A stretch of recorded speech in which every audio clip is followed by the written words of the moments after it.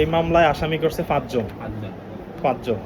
এই 5 জনের ভিতরে যদি দেখা যায় যে মেইন অ্যাকিউজড, যে মূল অভিযুক্ত, সেই অভিযুক্তরে বাদ দিয়া যদি বাইপাস কইরা যে সাথে যারা সহ অভিযুক্ত আছে তাদের বিরুদ্ধে যদি রিপোর্ট দেয়, তাহলে আপনার খুশি হওয়ার কারণ নাই। কারণ এই কারণেই বাদী পক্ষের একটা সুযোগ আছে নারাজি দাখিল করা। তাহলে উনি চাইলেই তাহলে আবার তদন্তকারী কর্মকর্তা পরিবর্তন হয়ে যাব। আগের যে রিপোর্টটা দিছে, রিপোর্টটা নথিতে সামিল থাকবো, বাট নতুন করে আবার তদন্ত শুরু হইবে এই মামলায়। তো ওই তদন্তকারী কর্মকর্তা আবার পুনরায় তদন্ত করবে, ঘটনাস্থলে যাবে, বাদী বিবাদীর সাথে কথা বলবে, আশেপাশে নিরপেক্ষ মানুষদের সাথে কথা বলবে, আপনাদের দাখিলকৃত ডকুমেন্টস পর্যালোচনা করবে, ওনাদের দাখিলকৃত ডকুমেন্টস পর্যালোচনা করবে, করার পরে তারপরে গিয়ে আবার একটা রিপোর্ট দিব।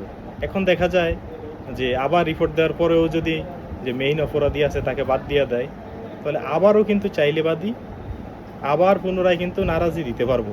তবে তখন আবার না, সংস্থা আছে না, আপনি চাই, আপনার সংস্থা আছে, সিআইডি আছে, ডিবি আছে, পিবিআই আছে, তারপরে তো হচ্ছে থানা ওসিকে দেয়, অনেক সময় চেয়ারম্যানকে দেয়, অনেক সময় স্থানীয় মেম্বারকে দেয়, অনেক সময় দেখা যায় যে উপজেলা কর্মকর্তাকে দিয়ে দেয়। বুঝেন নাই?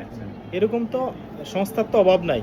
তো স্বাভাবিকত একবার তদন্ত হওয়ার পরে যদি রিপোর্ট আসামি পক্ষে আসে, তাহলে উনি নারাজি দিল, আবার তদন্ত হইলো, তদন্ত হওয়ার পরে যদি সেকেন্ডবার আবার দেখা যায় যে আসামিরা এই ঘটনার সাথে জড়িত নাই, তাহলে দ্বিতীয়বারও আসামি পক্ষে রিপোর্ট আসে, তখন তৃতীয়বারের ক্ষেত্রে নারাজি দাখিল করতে গেলে তখন কোর্ট এই বিষয়গুলো বিবেচনা নেয় যে পূর্বে 2বার তদন্ত হয়েছে, 2বার সেম রিপোর্ট আসছে, তখন কোর্টের উপরে নির্ভর করে, হাকিমের উপর নির্ভর করে যে উনি পুনরায় আবার তদন্ত দিবে কিনা, না আগে রিপোর্টের আলোকে উনি মামলাটা এখানে নিষ্পত্তি করে ফেলবে। কথা বুঝছেন কিনা?